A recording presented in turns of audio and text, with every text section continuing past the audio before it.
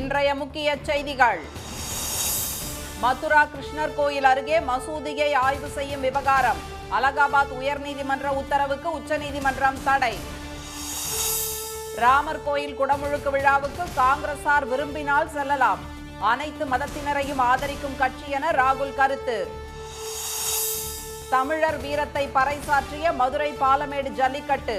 சீறி பாய்ந்த காளைகளை தீரத்துடன் அடக்கிய வீரர்கள். அமெரிக்க அதிபர் வேட்பாளர் தேர்தலிலிருந்து விவேக் ராமசாமி விலகல். ட்ரம்ப் மீண்டும் வெற்றி பெற பாடுபட போவதாக அறிவிப்பு.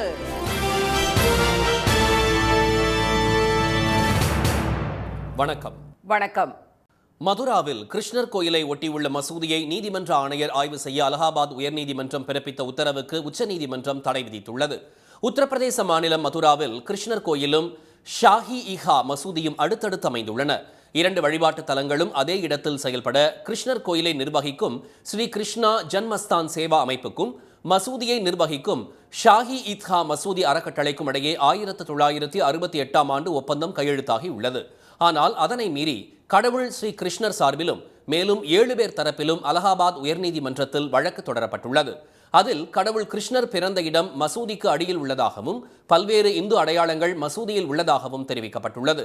எனவே மசூதி அமைந்திருக்கும் பகுதியை பிரச்சனைக்குரிய பகுதியாக அறிவிப்பதுடன் மசூதியை அகற்ற உத்தரப்பிரதேச சன்னி வக்ஃப் போர்டுக்கு உத்தரவிட வேண்டும் என்றும் மனுவில் கூறப்பட்டுள்ளது.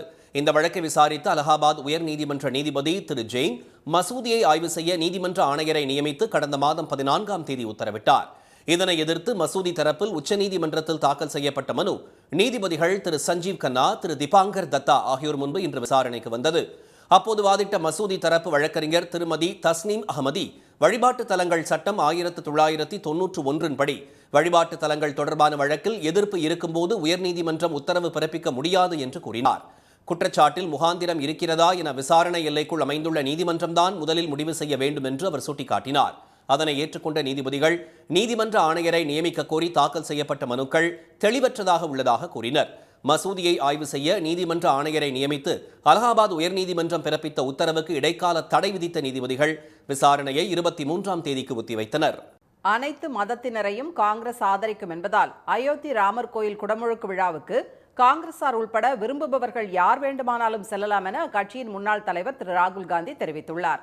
மணிப்பூர் மாநிலம் தௌபால் மாவட்டத்தில் இந்திய ஒற்றுமை நீதி பயணத்தை தொடங்கிய அவர் 14 மாநிலங்கள் வழியாக பயணித்து மார்ச் 20ஆம் தேதி மும்பையில் யாத்திரையை நிறைவு செய்கிறார். 3ஆம் நாளான இன்று நாகாலாந்து தலைநகர் கொஹிமாவில் உள்ள போர் நினைவிடத்தில் அவர் மரியாதை செலுத்தினார். வழிநெடுகிலும் திரு ராகுலுக்கு மக்கள் உற்சாக வரவேற்பு அளித்த நிலையில் இந்திரா காந்தி ஸ்டேடியம் அருகே அவர் சிறிது நேரம் பேரணியை நிறுத்தி வரவேற்பை ஏற்றுக்கொண்டார். கொஹிமாவில் செய்தியாளர்களிடம் பேசிய திரு ராகுல் காந்தி பாஜகவும் RSSம் அயோத்தி ராமர் கோயில் குடமுழுக்கு விழாவை அரசியலாக்கிவிட்டதாக குற்றம் சாட்டினார். எனவே பிரதமர் திரு மோடி பங்கேற்கும் அந்த விழாவில் தாங்கள் கலந்து கொள்வது கடினம் என்று அவர் தெரிவித்தார். அனைத்து மதத்தினருடனும் தாங்கள் இருப்பதாக கூறிய திரு ராகுல் காந்தி காங்கிரசார் உள்பட விரும்புபவர்கள் யார் வேண்டுமானாலும் ராமர் கோயில் குடமுழுக்கு விழாவுக்கு செல்லலாம் என்றும் கூறினார்.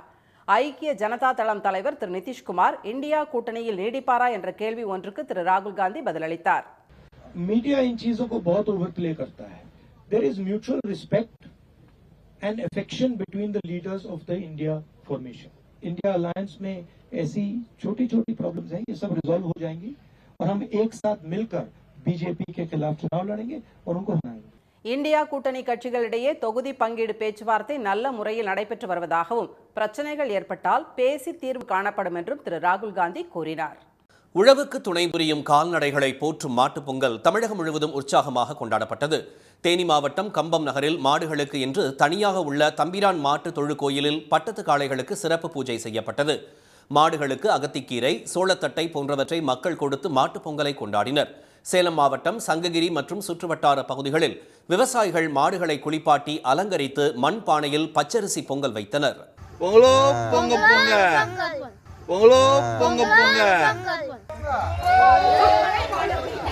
தொடர்ந்து மாட்டுச் சாணத்தில் தெப்பக்குளம் கட்டி பிள்ளையார் பிடித்து பூஜை செய்து படையலிட்டு அனைவரும் வழிபட்டனர். புதுக்கோட்டையில் நடந்த கொண்டாட்டத்தில் மாடுகளுக்கு திருஷ்டி கழித்து பொங்கல் ஊட்டினர். பிள்ளை போல் வளர்க்கும் மாடுகளுடன் செல்ஃபி எடுத்து மகிழ்ந்தவர்கள் செல்லப்பிராணியான நாய், ஆடுகளுக்கும் அலங்காரம் செய்தனர். நெல்லை அருகே முன்னீர்பள்ளம் கிராமத்தில் விவசாயிகள் பலர் மாடுகளை குளிப்பாட்டி கொம்புகளுக்கு வர்ணம் தீட்டி புதிய சரடு கயிறுகள் மாட்டி சந்தனம், குங்குமம் வைத்து அழகுபடுத்தினர். பின்னர் கால்நடைகள் முன்பு பொங்கல் வைத்து வழிபட்டனர். இன்னைக்கு காலையில எந்திரிச்சு மாடுகள்லாம் குளிப்பாட்டி அதுக்கு சந்தனம் குங்குமம் இட்டு 3 தலைமுறையாக நாங்கள் வந்து மாடுகளை வச்சு தான் நாங்கள் சிறப்பாக செஞ்சுட்டு இருக்கோம். அதை செய்கிறதுனால செல்வம் பெருகுது. சிவகங்கை மாவட்டம் சொக்கநாதபுரம் கத்தப்பட்டு கிராமத்தில் இலங்கை கிழக்கு மாகாண ஆளுநர் செந்தில் தொண்டமான் தனது காளைகளை நிறுத்தி கிராமத்தினருடன் மாட்டுப் பொங்கலை கொண்டாடினார். ஜல்லிக்கட்டு போட்டியை சர்வதேச போட்டியாக மாற்றும் முயற்சியாகவே இந்த ஆண்டு இலங்கையில் ஜல்லிக்கட்டு நடத்தப்பட்டதாக அவர் தெரிவித்தார். தஞ்சை மாவட்டம் திருவிடைமருதூர் அருகே கோவிந்தபுரத்தில் விட்டல் ருக்மணி பாண்டுரங்கன் கோயில் கோசாலையில் 800 பசுக்களுக்கு ஏராளமானோர் தீபம் காட்டி வழிபட்டனர். தூத்துக்குடியில் 12 வகையான நாட்டு இன பசுக்கள் வளர்க்கப்படும் கோசாலையில் மாடுகளை அலங்கரித்து புது துணி மாலை அணிவித்து பொங்கல் வைக்கப்பட்டது. இதில் கலந்து கொண்டவர்கள் மலர் தூவி மாடுகளை வழிபட்டனர்.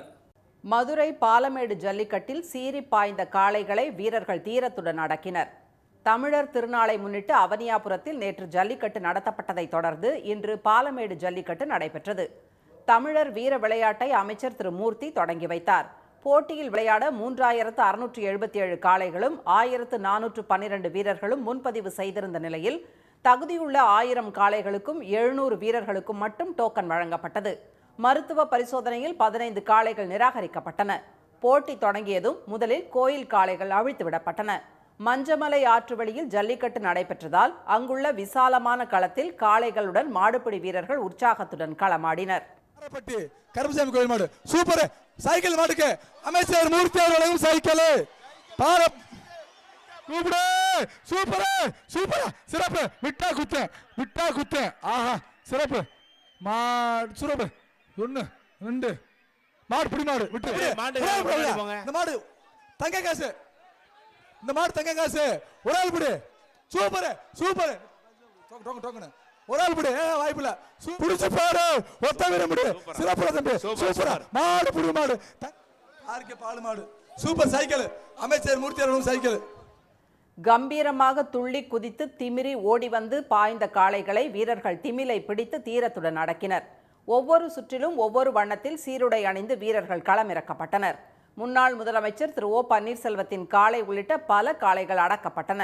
திண்டுக்கல் காளைகள் தீரத்துடன் களமாடி வீரர்களுடன் விளையாடி பார்த்தன. தமிழர் வீரத்தை பறைசாற்றும் போட்டியை காண ஏராளமானோர் திரண்டு வந்திருந்தனர். ஸ்ரீவைகுண்டம் காவல் ஆய்வாளர் உள்ளிட்ட 42 பேர் காளைகள் முட்டியதில் காயமடைந்தனர். 14 காளைகளை அடக்கி முதலிடம் பிடித்த பொதும்பு பகுதியைச் சேர்ந்த வீரர் பிரபாகரனுக்கு முதலமைச்சர் திரு மு க ஸ்டாலின் சார்பில் கார் பரிசாக வழங்கப்பட்டது. 3வது ஆண்டாக அவர் முதலிடம் பிடித்துள்ளார். 2ஆம் இடம் பிடித்த சின்னப்பட்டியைச் சேர்ந்த தமிழரசனுக்கு பைக்கும் காளை உரிமையாளருக்கு கன்றும் பசுமாடும் பரிசாக வழங்கப்பட்டன. வெற்றி பெற்றவர்களுக்கு தங்கக்காசு, 2 சக்கர வாகனம், சைக்கிள், பீரோ, கட்டில், மெத்தை, பட்டுப்புடவை உள்ளிட்ட ஏராளமான பரிசு பொருட்கள் வழங்கப்பட்டன.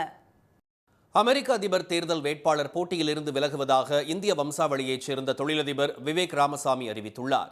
அமெரிக்காவில் ஜனநாயக கட்சியைச் சேர்ந்த ஜோ பைடன் தற்போது அதிபராக பதவி வகித்து வருகிறார்.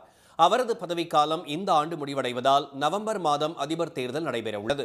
அதில் வேட்பாளராக போட்டியிட விருப்பமுள்ளவர்கள் முதலில் தங்கள் கட்சி உறுப்பினர்களின் ஆதரவை பெற வேண்டும் என்பது அமெரிக்காவில் கடைபிடிக்கப்படும் மரபு. அதற்காக ஒவ்வொரு மாகாணத்திலும் தனித்தனியாக தேர்தல் நடத்தப்படுவது வழக்கம். அந்நாட்டின் பிரபல கட்சிகளான ஜனநாயக கட்சி மற்றும் குடியரசுக் கட்சி ஆகியவற்றின் சார்பில் மாநாடுகள் நடத்தப்பட்டு அக்கட்சியின் அதிபர் வேட்பாளர் தேர்ந்தெடுக்கப்படுவார். இந்நிலையில் ஜனநாயக கட்சி சார்பில் மீண்டும் தற்போதைய அதிபர் ஜோ பைடனே போட்டியிடுகிறார். குடியரசுக் கட்சி சார்பில் அதிபர் வேட்பாளர் தேர்வு நடைபெற்று வருகிறது. முன்னாள் அதிபர் டிரம்ப், தெற்கு கரோலினா மாகாண முன்னாள் ஆளுநர் நிக்கி ஹெலி, இந்திய வம்சாவளியைச் சேர்ந்த தொழிலதிபர் விவேக் ராமசாமி ஆகியோர் களத்தில் உள்ளனர். இந்நிலையில் அயோவா மாகாணத்தில் நடந்த தேர்தலில் 51% வாக்குகளை பெற்று ட்ரம்ப் தனது வெற்றி கணக்கை துவக்கியுள்ளார். அம்மாகாண தேர்தலில் விவேக் ராமசாமி 7.7% வாக்குகள் மட்டுமே பெற்றார். இதனால் ஏற்பட்ட பின்னடைவினை தொடர்ந்து அதிபர் தேர்தலில் இருந்து விலகுவதாக விவேக் ராமசாமி அறிவித்துள்ளார். கேரள மாநிலம் வடக்கஞ்சேரியை பூர்வீகமாக கொண்டவர் எக்ஸ் வலைதள பக்கத்தில் வெளியிட்டுள்ள பதிவில், வெள்ளை மாளிகையில் ஓர் அமெரிக்க தேசபக்தர் தேவை என்றும் மக்கள் தங்களுக்கு யார் வேண்டும் என்று சத்தமாகவும் தெளிவாகவும் பேசுவதால் தமது பிரச்சாரத்தை இடைநிறுத்துவதாகவும் கூறியுள்ளார். மேலும் அதிபர் தேர்தலில் டொனால்டு ட்ரம்பை ஆதரிப்பதாகவும் அடுத்த அமெரிக்க அதிபர் அவர்தான் என்பதை உறுதிப்படுத்த தம்மால் முடிந்த அனைத்தையும் செய்யவிருப்பதாகவும் விவேக் ராமசாமி குறிப்பிட்டுள்ளார். திருவள்ளுவரை யாரும் கரைப்படுத்த முடியாது என முதலமைச்சர் திரு மு க ஸ்டாலின் திட்டவட்டமாக தெரிவித்துள்ளார். திருவள்ளுவர் தினம் இன்று கொண்டாடப்படுவதை முன்னிட்டு புதுக்கோட்டை சின்னப்பா பூங்கா அருகே உள்ள திருவள்ளுவர் சிலைக்கு திருக்குறள் கழகம் உள்ளிட்ட அமைப்பினரும் அரசியல் கட்சியினரும் மாலை அணிவித்து மரியாதை செலுத்தினர். தமிழ்நாடு முற்போக்கு எழுத்தாளர் கலைஞர்கள் சங்கத்தின் சார்பில் மாணவர்களின் சிலம்பாட்டமும் நடைபெற்றது. மயிலாடுதுறையில் திருக்குறள் பேரவை சார்பில் திருத்தேர் நகர்வலம் நடைபெற்றது. திண்டுக்கல்லில் திருவள்ளுவர் இலக்கிய பேரவை சார்பில் வள்ளுவர் சிலை முன்பு பொங்கலிட்டு வழிபாடு செய்யப்பட்டது. இதற்கிடையே காவி உடையில் திருநீறு பூசிய வள்ளுவர் படத்தை எக்ஸ் பக்கத்தில் பதிவிட்டு ஆளுநர் திரு RN ரவி திருவள்ளுவர் தின வாழ்த்துக்களை தெரிவித்துள்ளார். ஆன்மீக பூமியான தமிழ்நாட்டில் பிறந்த பெரும் புலவரும் பாரதிய சனாதன பாரம்பரியத்தின் துறவியுமான திருவள்ளுவருக்கு மரியாதை செலுத்துவதாகவும் அவர் குறிப்பிட்டுள்ளார். பிறப்பால் அனைவரும் சமம் என்ற கருத்தை வலியுறுத்திய வள்ளுவருக்கு மதச்சாயம் பூசும் வகையிலான ஆளுநரின் பதிவு சர்ச்சையை ஏற்படுத்தியுள்ளது. இதற்கு பதிலடி கொடுக்கும் வகையில் முதலமைச்சர் வெளியிட்டுள்ள பதிவில், பிறப்புக்கும் எல்லா உயிர்க்கும் என்ற சமூக நீதி கோட்பாட்டையும் முயற்சி மட்டுமே வெற்றியை தரும் என்றும் அரண் எனப்பட்டதை இல்வாழ்க்கை என்ற கருத்தியலையும் கூறி வழிகாட்டியவர் வள்ளுவர் என குறிப்பிட்டுள்ளார். தமிழினத்தில் பிறந்து அமுத தமிழில் அறம் உரைத்து உலகம் முழுமைக்குமான நெறிகள் சொன்னவர் வான்புகழ் வள்ளுவர் என்றும் முதலமைச்சர் புகழாரம் சூட்டியுள்ளார். 133 அடியில் சிலையும் தலைநகரில் கோட்டமும் அமைத்து போற்றும் குறளோவிய தமிழ்நாட்டில் வள்ளுவரை யாரும் கரைபடுத்த முடியாது என்றும் திரு ஸ்டாலின் தெரிவித்துள்ளார். அரசாணைப்படி தமிழ்நாடு அரசால் அங்கீகரிக்கப்பட்ட திருவள்ளுவர் படங்களைத்தான் அரசு அலுவலகங்களில் வைக்க வேண்டும் என்ற நிலையில் ஆளுநரின் வலைதள பதிவில் வேறு ஒரு படத்தை பதிவேற்றம் செய்திருப்பது விதி மீறல் என்ற குற்றச்சாட்டு எழுந்துள்ளது. பனி மூட்டத்தால் திசை மாறிய படகு கங்கை முகத்வாரத்தில் 400 பக்தர்களுடன் சிக்கி நின்றதால் பரபரப்பு ஏற்பட்டது. மேற்கு வங்கத்தில் மகர சங்கராந்தியை முன்னிட்டு கங்கை முகத்வாரத்தை ஒட்டிய தீவில் உள்ள கங்கா சாகர் புனித தலத்துக்கு சென்ற 400 பயணிகள் படகில் திரும்பி வந்து கொண்டிருந்தனர். அப்போது கடுமையான பனிமூட்டம் காரணமாக திசை மாறிய அவர்களின் படகு கங்கை ஆற்றின் நடுவே இருந்த மணல் திட்டில் தரை தட்டி நின்றது.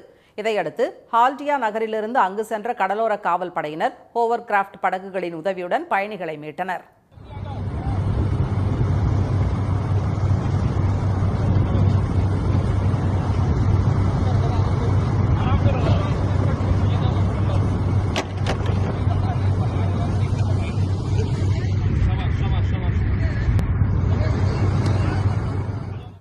இந்நிலையில் டெல்லி உள்ளிட்ட வட மாநிலங்களில் கடும் குளிர் மற்றும் பனிமூட்டத்தால் இயல்பு வாழ்க்கை பாதிக்கப்பட்டுள்ளது. டெல்லியில் பனிமூட்டம் காரணமாக நேற்று 100க்கும் மேற்பட்ட விமானங்கள் தாமதமாக இயக்கப்பட்டன. ரயில் சேவைகளும் பாதிக்கப்பட்டன. இன்றும் 30 விமானங்கள் தாமதமானதுடன் 17 விமானங்களின் சேவை ரத்து செய்யப்பட்டது. பல்வேறு மாநிலங்களிலிருந்து டெல்லிக்கு வரும் 30 ரயில்கள் தாமதமாக இயக்கப்பட்டன. இதனிடையே ஹரியானா, மத்திய பிரதேசம், உத்தரப்பிரதேசம், பீகார் மற்றும் மேற்கு வங்கத்தில் பனிமூட்டம் நீடிக்கும் என இந்திய வானிலை மையம் தெரிவித்துள்ளது. அடர் பனி 48 மணி நேரத்துக்கு தொடரும் என்பதால் டெல்லிக்கு இன்றும் நாளையும் ஆரஞ்சு எச்சரிக்கை விடப்பட்டுள்ளது. இனி வருவது செய்தி துளிகள். தஞ்சை மாவட்டம் கபிஸ்தலம் அருகே திருமண்டங்குடியில் உள்ள திரு ஆரூரான் சர்க்கரை ஆலை 400 கோடி ரூபாய் நிலுவைத் தொகையை வழங்க கோரி கரும்பு விவசாயிகள் ஆலை அருகே உள்ள மயானத்தில் கருப்பு கொடியுடன் ஆர்ப்பாட்டம் நடத்தினர். ஆலையை அரசே ஏற்க வேண்டும் என்பது உள்ளிட்ட கோரிக்கைகளுடன் அவர்களது காத்திருப்பு போராட்டம் 413வது நாளாக தொடர்கிறது. திருநெல்வேலி நெல்லையப்பர் காந்திமதி அம்பாள் கோயில் தைப்பூச திருவிழா கொடியேற்றத்துடன் தொடங்கியது. அதிகாலை பூஜைக்கு பின் திருக்கொடி உள்பிரகாரத்தில் ஊர்வலமாக எடுத்து வரப்பட்டு தங்க கொடி மரத்தில் ஏற்றப்பட்டது.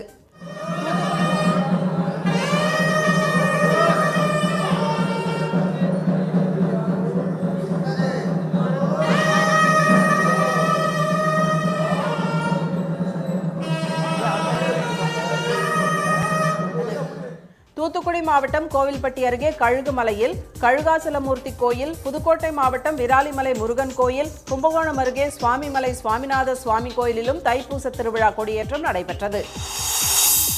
ஸ்ரீவில்லிபுத்தூர் ஆண்டாள் கோயில் மார்கழி மாத எண்ணெய் காப்பு உற்சவத்தின் 3ஆம் நாளான இன்று ஆண்டாளுக்கு திருமஞ்சனம் மற்றும் மூக்குத்தி சேவை நடைபெற்றது.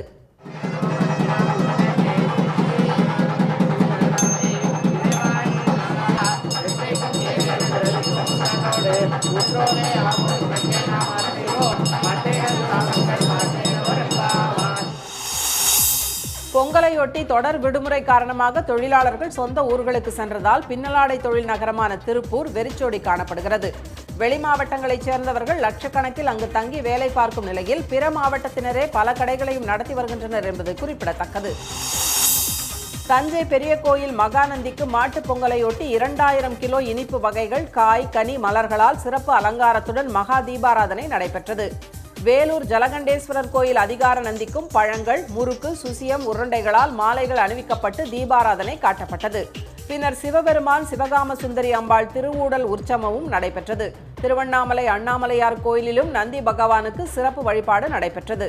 அண்ணாமலையாரும் உண்ணாமலையம்மனும் 5 நந்திகளுக்கு காட்சி தந்த பிறகு திட்டுவாயில் படியில் சூரியனுக்கும் காட்சியளித்தனர். இன்றைய வர்த்தக முடிவில் மும்பை பங்குச்சந்தை குறியீடு எண் சென்செக்ஸ் 199 புள்ளிகள் குறைந்து 73,129 புள்ளிகளாக இருந்தது. தேசிய பங்குச்சந்தை குறியீட்டு எண் நிஃப்டி 65 புள்ளிகள் குறைந்து 22,032 புள்ளிகளாக இருந்தது.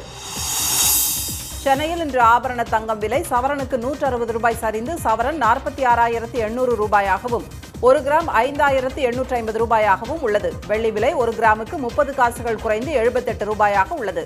மீண்டும் இன்றைய முக்கிய செய்திகள். உத்தரப்பிரதேச மாநிலம் மதுராவில் கிருஷ்ணர் கோயிலை ஒட்டியுள்ள மசூதியை ஆய்வு செய்ய அலகாபாத் உயர்நீதிமன்றம் பிறப்பித்த உத்தரவுக்கு உச்சநீதிமன்றம் தடை விதித்துள்ளது.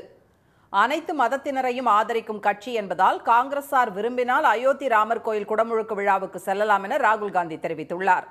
தமிழர் வீரத்தை பறைசாற்றிய மதுரை மாவட்டத்தின் புகழ்பெற்ற பாலமேடு ஜல்லிக்கட்டு போட்டியில் சீறி பாய்ந்த காளைகளை வீரர்கள் தீரத்துடன் அடக்கினர். இத்துடன் இந்த செய்திகள் நிறைவடைந்தன. மீண்டும் சன் டிவியில் செய்திகள் காலை 7:30 மணிக்கு. செய்திகளை உடனுக்குடன் தெரிந்து கொள்ள சன் நியூஸ் தொலைக்காட்சியை பாருங்கள். வணக்கம். வணக்கம். உடனுக்குடன் செய்திகளை தெரிந்து கொள்ள சன் நியூஸ் பெல் ஐகானை கிளிக் பண்ணுங்க.